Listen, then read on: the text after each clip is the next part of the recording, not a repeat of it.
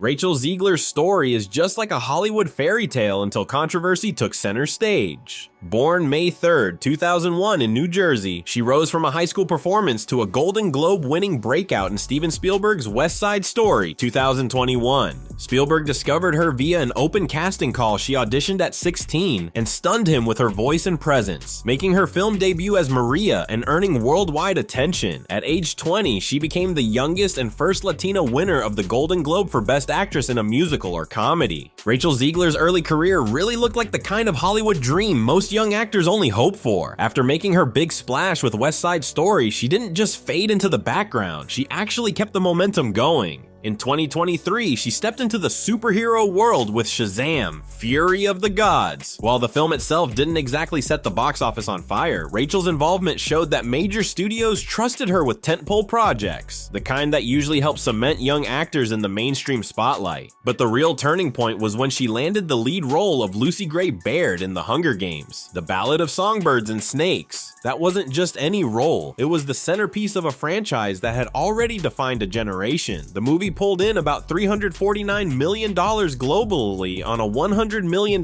budget, which meant it wasn't just breaking even, it was turning a healthy profit. In Hollywood terms, that's considered a respectable success, especially for a prequel to a series that had its peak nearly a decade earlier. So at that stage, everything seemed to be falling perfectly into place for Rachel. She was moving from one major franchise to another, balancing musicals, superheroes, and dystopian blockbusters. In 2022, Disney cast her as the title role in the live-action Snow White, one of the studio's most anticipated remakes. From the moment the news broke, controversy exploded. Fans attacked her heritage. Zegler is of Colombian and Polish descent for even playing Snow White. Harsh racism and complaints about her not being white enough followed, but things only got more complicated for Rachel. During press events and interviews, she was very open with her opinions about the classic 1937 Snow White film. She didn't sugarcoat her feelings, calling the original dated and suggesting that the prince's role in it was problematic, even describing his behavior as literally stalking her. She explained that the new live-action version was trying to move away from the traditional fairy tale love story and instead highlight Snow White's personal growth and independence. While those comments already stirred plenty of debate online, Rachel added even more fuel to the controversy when she made political remarks around the same time. Right after the trailer for Snow White was released, she tweeted, "And always remember, free Palestine." The timing of the post, alongside the Disney promotion, quickly drew attention. Reports claim that this tweet raised security concerns, especially for her co-star Gal Gadot, who is Israeli. In fact, Disney allegedly had to take extra precautions, such as hiring additional security for Gadot, and even assigning someone to review Rachel's social media activity before she posted. Rachel spoke candidly in interviews, calling the original 1937 Snow White film dated. She criticized the prince's role as literally stalking her, and said that the remake aimed to shift focus onto Snow White's inner journey rather than a love plot. Adding fuel to the fire, she made political comments, most notably tweeting, "And always remember, free Palestine," when the Snow White trailer launched. This post reportedly forced Disney to hire extra security for co-star Gal Gadot and even bring in someone to vet Zegler's posts. Some observers believe Disney intentionally toned down the film's Hollywood premiere. Instead of a big, glitzy red carpet event packed with reporters and cameras, the company kept it more low-key, reportedly to avoid uncomfortable questions and heated confrontations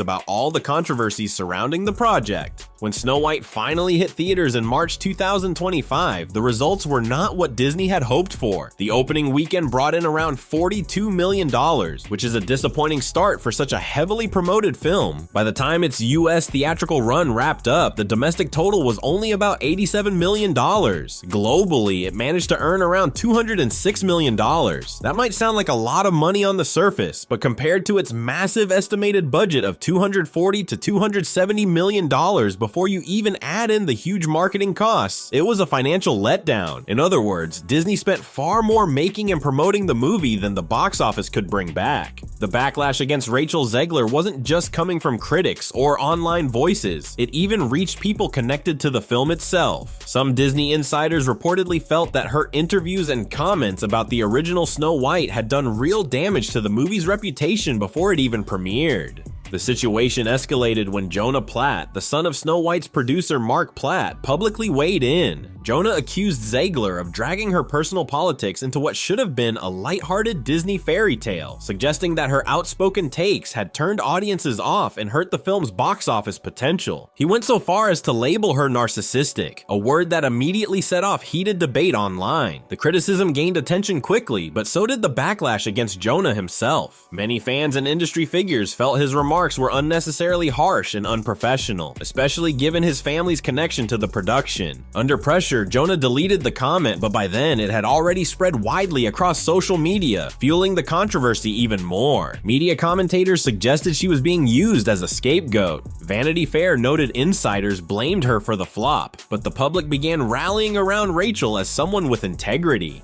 Refinery29 called out the unfairness of blaming her for studio mismanagement, and Decider argued Disney set her up for failure by valuing brand control over supporting bold voices. Rachel handled the tempest with a mixture of grace, defiance, and self-care. She did a rare sit-down interview in June 2025, revealing the toll it took on her mental health, anxiety, therapy, and medication. "My F-King psychiatrist has seen me through all of it," she said. The reminder that this isn't normal was game-changing.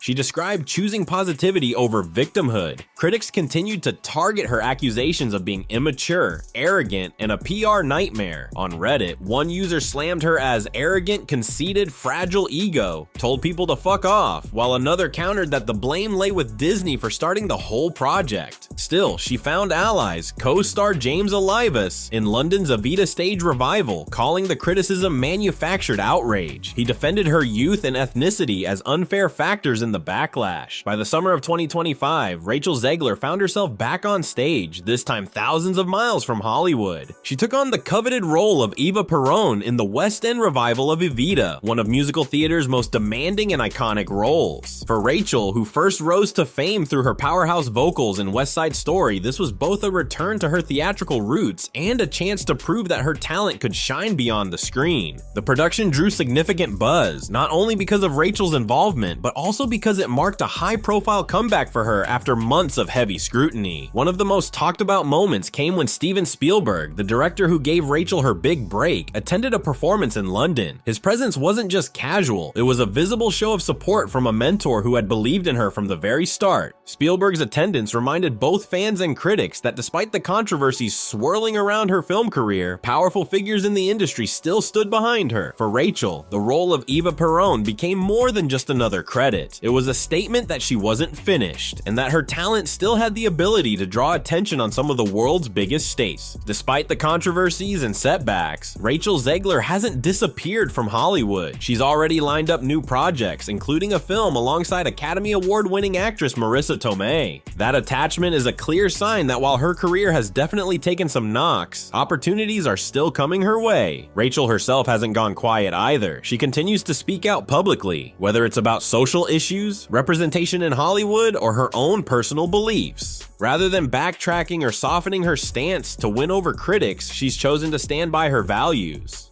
Of course, the fallout from the Snow White situation has undeniably slowed her momentum. She's no longer riding the same easy wave of stardom she once was, but it hasn't ended her career. What's happening instead is a kind of reset. She's learning how to balance the pressures of fame, constant public scrutiny, her mental health, her activism, and her actual work as an actress. It's a tougher road than the one she started on, but she seems determined to navigate it on her own terms rather than let Hollywood or the internet dictate who she should be. Her journey reminds us that modern stardom isn't just about charm and box office. It's also about politics, identity, social media, and how studios and audiences react to boldness. Zegler's story isn't over. It's a chapter in a bigger conversation about what Hollywood expects from its stars. So what's the truth behind the downfall of Rachel Zegler?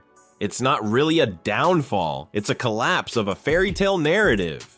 Did she stumble? Controversies hurt Snow White, and she was unfairly blamed, but her talent, resilience, and integrity remain intact. Please leave your thoughts in the comments section. Like, share, subscribe, and don't forget to hit the notification bell so you don't miss any of our amazing stories. Thanks for watching, and see you in the next video.